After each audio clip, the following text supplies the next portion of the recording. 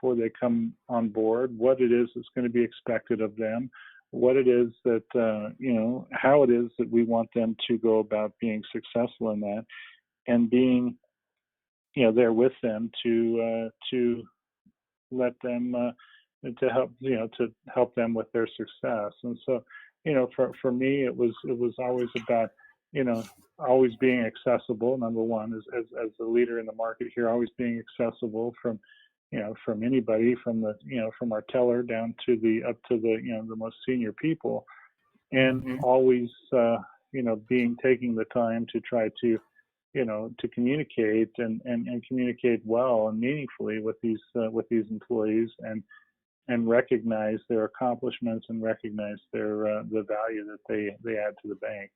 I mean, we are in an extremely competitive business.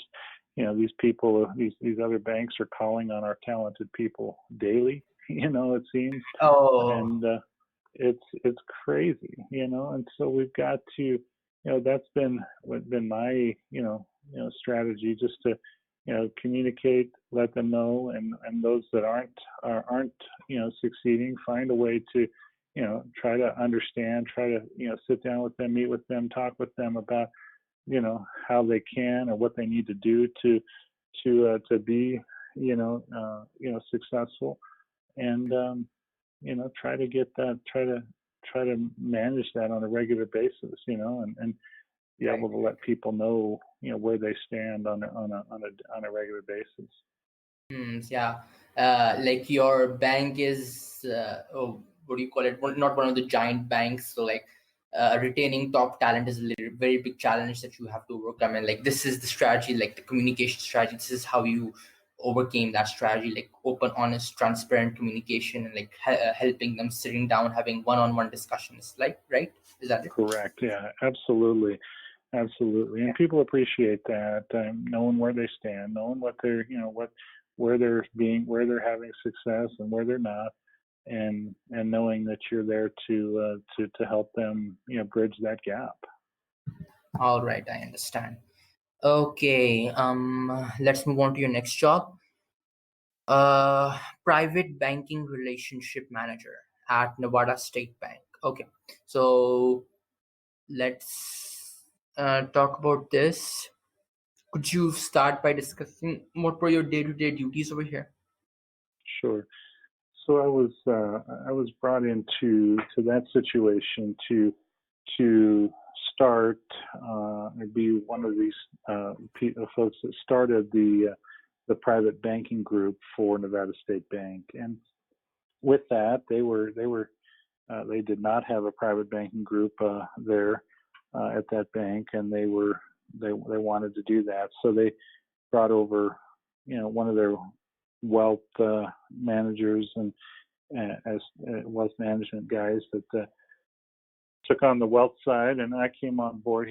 I came on board to on the lending side, and served as the senior private banking lender for the group. So really, what that entailed was, again, another ground up operation from the standpoint of, building a division inside that bank, a private banking group inside that bank. And so coming on, hiring talent, and hiring and bringing on bringing a team together that could service, private banking clients, and go out and bring in new business for the private banking group. And so that was something that we started in 2008. It was November of 2008 when when the world had fallen apart, and everything. Yeah. Yeah, it was everything was in turmoil. But but what we were able to do, and we were able to build, using the brand. Nevada State Bank had a very good brand in the market. They had a very good, operations. They had a very good, engine behind it, and so we were successful in building that up. So I was responsible for, again, kind of in that player coach kind of role, but responsible for building my own book of business in there over there. I was responsible for bringing on additional talent to help in that growth, and integrating some kind of other folks that our CEO wanted integrated into the private banking group, other employees and those kinds of things.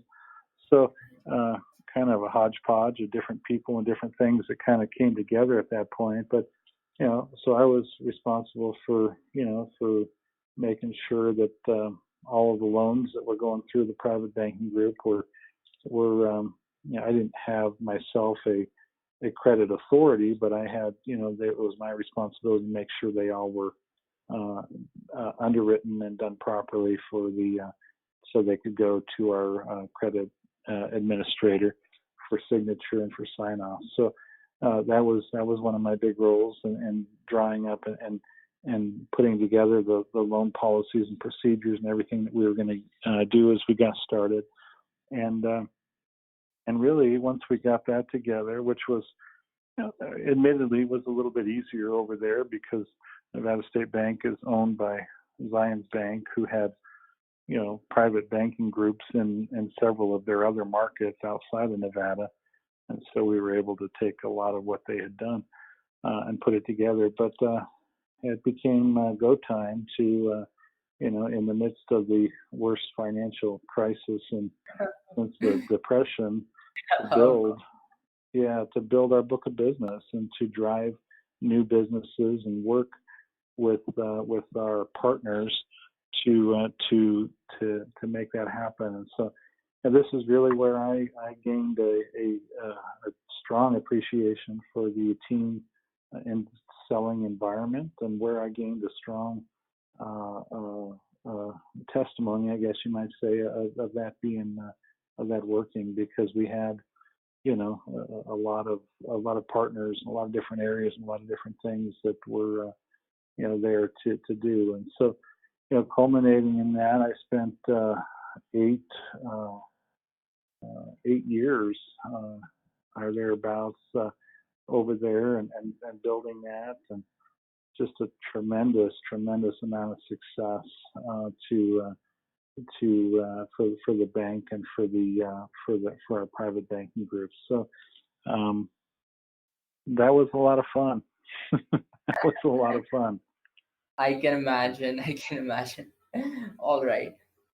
Doing something like building something from the ground up in such economic turmoil, that must have been really challenging and really thrilling for you. So after this, what was I saying? Yeah. Given that you just gotten out of the economic recession, like very bad economic recession, what was the strategy that you used to like build that book of business in private banking? Sorry, can you repeat that question one more time? All right. You just got out of the worst economic downturn in 21st century. So what was your strategy with building a book of business after this recession, despite this recession? So.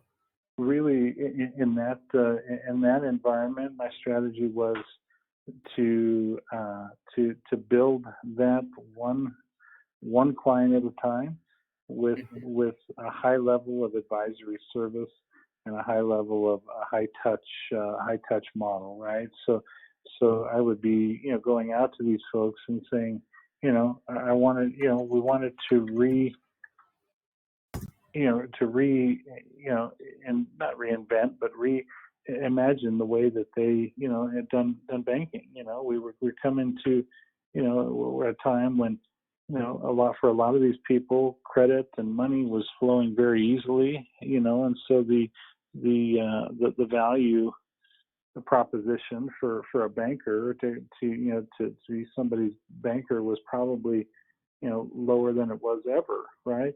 And so my strategy coming in was a lot of these people, these very wealthy people, kind of been hit upside the head, right, with the importance of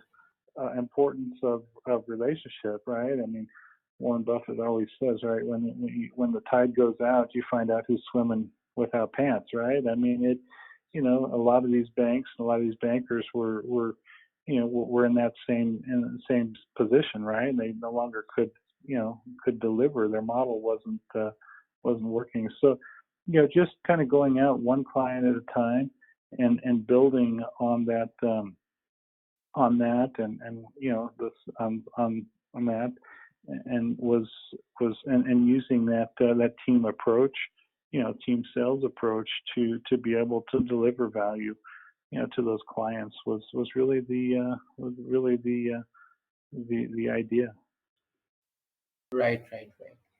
And by adopting this strategy, like how, this division just started, the private banking division just started. So you started from zero. So Right. from zero, how much did you build this book of business up in your time? So we had when I left in 2016, or the end of 2015, let's call it, when I left there, we had over just over $600 million in loans, Right. and we had over $500 million in deposits. And again, those aren't my numbers. Those are our banks, where we grew that to. So it was significant, right? It was a significant build, in the worst For possible the worst time. downturn. Yeah. Yeah. Okay. So that's pretty impressive. Okay. Let's see here.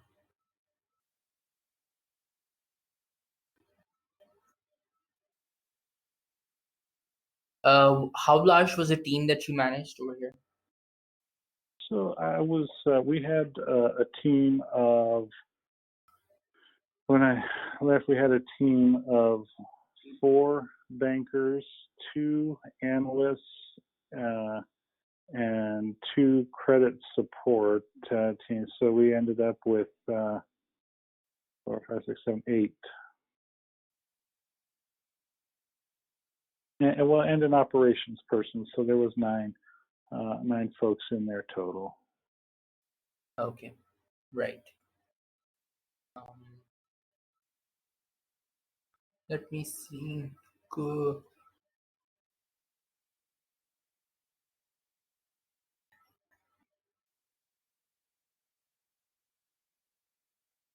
All right. Did you help this company achieve any awards, say Model Bank of the Year, something like that? So did you receive any award recognition at this company? Or did you help this company receive any awards recognitions? Yeah, I received a lot of awards over there. I've got a number of they do sales contests over there called President's Challenge, and I have to go back and see. I think it's on my resume there, my old resume, how many times I won that, but it was a lot. Right. Seven-time winner. Right. You're 7-time. Yeah, 7. So those the sales contests were put on by our CEO, and he would across the bank, and so I was successful in winning a lot of those. I was successful. Our bank was constantly had won various customer service awards, customer excellence awards, and different things. I mean, yeah, those were really more bank awards for their recognition for their service. But yeah, I mean, that was all a team effort in trying to make sure that our clients in that bank had the best possible client experience they could have. Right. Okay. Over here, I'm on page number 4 of the call preparation document. One of the bullets under this private banking relationship manager at Nevada State Bank, one of the bullets that you mentioned here is that you built and maintained a portfolio of private banking clients that generates monthly income of excess of $300,000. So Okay, we already discussed this, haven't we? Well, this was the portfolio I built over there. There was client. By the time I left there, that portfolio was driving revenue north of $300,000 per month, which I mean significant. It's over $3.5 million a year in revenue that my portfolio of clients was driving. Nice, that's impressive. Yeah. All right.